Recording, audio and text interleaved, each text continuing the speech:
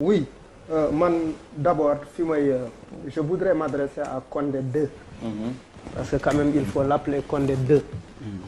Parce que quand même, je suis très désolé de voir une personne défendre Alpha Condé et qui est très mal en point. Parce qu'il est très mal en point, il n'est pas à l'aise, c'est pourquoi il s'énerve. Mais il faut parler en Wolof là. Parce que da ngay wax. Mais l'émission c'est en Wolof. Bien sûr, mais on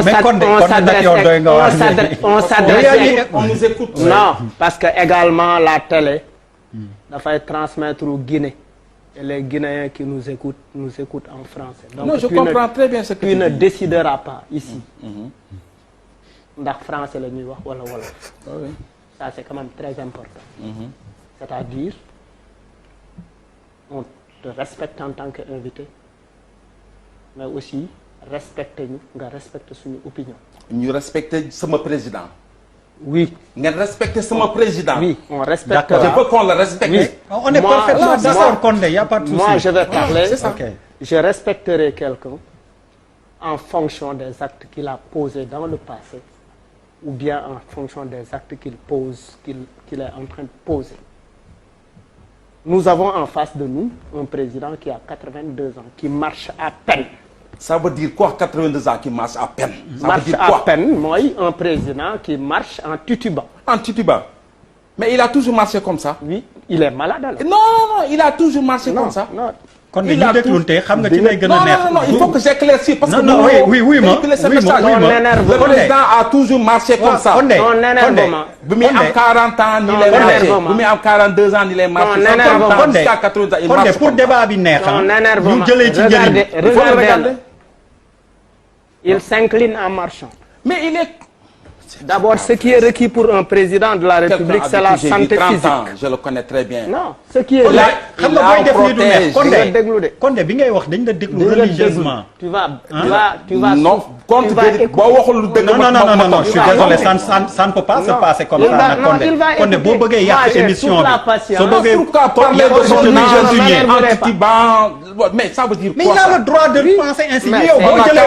On n'a qu'à parler de la Guinée li fa xew ci élection yi, mais pas attaquer mon président directement. Je ne suis pas d'accord.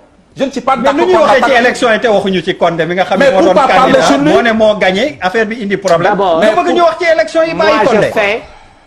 je fais. Condé bu ñu imposer lu ñuy wax. imposé wu ma leen. Mais je n'accepte pas qu'on attaque mon président. Condé, je répète pour la dernière fois nañ organiser débat bi. On n'a qu'à organiser, on n'a qu'à modérer les langages, c'est tout. Respecter la ñu respecter la. On se doit du respect. Bu ñu respecter sama président ma respecter leen. Non. Ah si. Condé kenn manqué wu fi de respect. ñu ngi koy manqué respect. Charles bi mu waxee retiré na li mu wax nee na qu'il est désolé. Malal a pris le relais, Malal jël na relais bi, il attaque mon président, un vieux qui ça. Mais mooy kan ba duñ ko attaqué. Mais il n'a qu'à souffrir qu'on l'attaque. Mais on n'a pas besoin de ça. On n'a pas besoin de ça. On n'a qu'à parler directement sur le président Alpha Condé woy li tax mu def li tax mu def mais d'accord. Mais bëgg a wax ci âge am bëgg a wax ci ni muy doxee mais ça veut dire quoi ça? Mais bu dee âge am dafa impacter sur ses décisions. Ça n'a rien à voir âge am boobu nga ñuy wax nii. buñ ma leen tegaloon relais ñoom ñi dem dox marche 35 kilomètres mu bàyyi leen ci ginnaaw man maa la wax loolu. soo ko bëggee jàpp nii dina. non si parce que dama xam sama président. chaque 30 secondes. dama ànd ak moom dox ak moom Géejawaay Yëmbal partout ak tànk. dama ko dugal fu nekk. léegi mën nga may Malal mu terminer sa réflexion. léegi je voudrais faire dama bëggoon mu def un petit calcul. 82 ans mooy at yi mu fi ñëwee muy dox ak moom Géejawaay Yëmbal je te permets de faire cette soustraction. 82 ans mooy. at yi mu ñëwoon fii Sénégal nga ànd ak moom di dox Yëmbal ak Géejawaay. xam nga âge bi mu toll nii 82 ans yi. xam nga lan la wax opposition bi. biñ koy traité mun leen. kaay leen ñu jógee secrétariat jëm kilomètre 36 on va marcher je vais vous laisser derrière li tax mu wax loolu man xam naa ko. man dama am confiance sama président état de santé c'est zen dafa wér nit ku wér la nekkul nit ku feebar ni muy doxee nii di titubee kooku yàgg na ci moom il est né comme ça il a grandi comme ça amul problème de santé amu ko il fait son sport quotidiennement kon de xam nga mënoo monopoliser nii. monopoliser wu la parole cannibaliser le débat. si on attaque kon de bëgguma lu mësul am ci plateau bi. on n'a qu'à parler directement des élections. non on n'a qu'à parler directement des élections. non qu'est-ce qui se passe. non kon de encore une fois. ak yooyu xaaral rek c'est la dernière waaw loolu la kon de tu vas nous écouter te bëgguma que ça se passe comme ça. xam nga li tax lu mësul am ci plateau bi ak man bëgguma mu tàmbalee tey si on continue comme ça billahi wallahi bëgguma woon waat mais vous allez nous quitter. ah mais bien sûr avec plaisir avec plaisir bëgguma fa yegg nag wax naa la ko. avec plaisir. waaw si c'est avec plaisir on va y aller. Vous laissez les gens s'exprimer après nga tontu.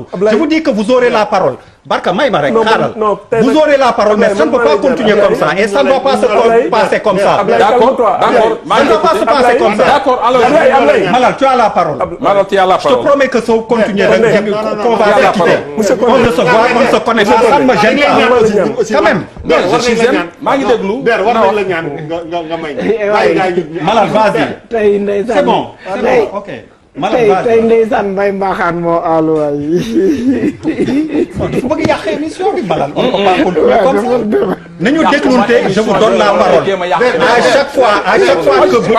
à chaque fois que. xoolal je perds mon latin xam nga sax naka lañ koy waxee. Der may naa la ko maa ngi koy déglu. voilà c'est bon. kii du dara Malal bi yow kon ne. maa ngi koy déglu. waaw yàlla ñu yàlla dolli surtout nag. maa ngi déglu Malal waxal ñu ngi lay déglu.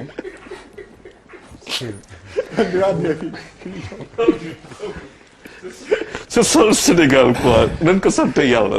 et puis moi j'aime bien les politiciens dañuy wax benn affaire mu leer leen ni li ñuy wax gëmuñu ko quoi bon d'accord ah grave comme que indi nga apaisement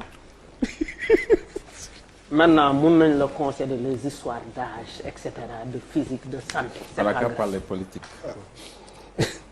bon Alpha Condé a été soutenu bi mu nekkee opposition au niveau sous-régional au niveau continental. Je me rappelle de la célèbre chanson de Tiken Jah Fakoly Libérer Alpha Condé. Toute une jeunesse s'est mobilisée pour que Alpha Condé soit rétabli dans ses droits. nit ñi xeex il est arrivé au pouvoir dans un pays boo xamante ne aussi également dafa am histoire muy Guinée de Sékou Touré ñu ñëw tey il faut quand même ñu dellu ginnaaw li ñu indi ci situation bi c'est une situation de troisième mandat même boo bëggul ñu wax troisième mandat. non je suis d'accord on parle c'est politique. les troisième mandat fan la IBK mujje IBK fan la mujje il a tripatouillé jaxase ay élection ñëw nekk au pouvoir il est parti comment de la manière la plus honteuse. Abdoulaye Wade bi mu forcé troisième mandat qu'est-ce qui s'est passé il était très aimé des Sénégalais qu'est-ce qui s'est passé il est parti nit ñi dañ ko yóbbu ci élection gagné ko qu'est-ce qui s'est passé avec d'autres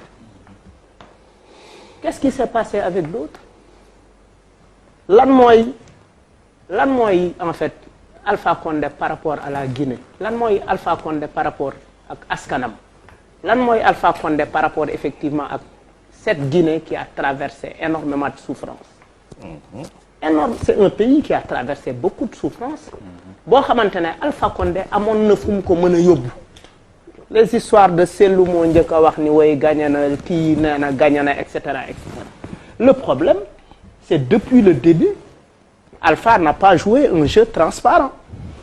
Depuis le début la transparence par rapport à ces élections-là a été dévoyée deful dara lu leer du début à la fin et finalement qu'est-ce qu'on fait? On mobilise une armée, on mobilise la police contre d'honnêtes citoyens, contre des jeunes qui disent que écoute nous en avons marre, nous voulons que les choses changent. On tire sur ces jeunes à bout portant, sur des jeunes et des femmes. Rey ay ndaw, rey ay xale. On a tiré sur personne. Non, mais attends. On a tiré, c'est Cellou qui a amené des mercenaires qui tuent les enfants.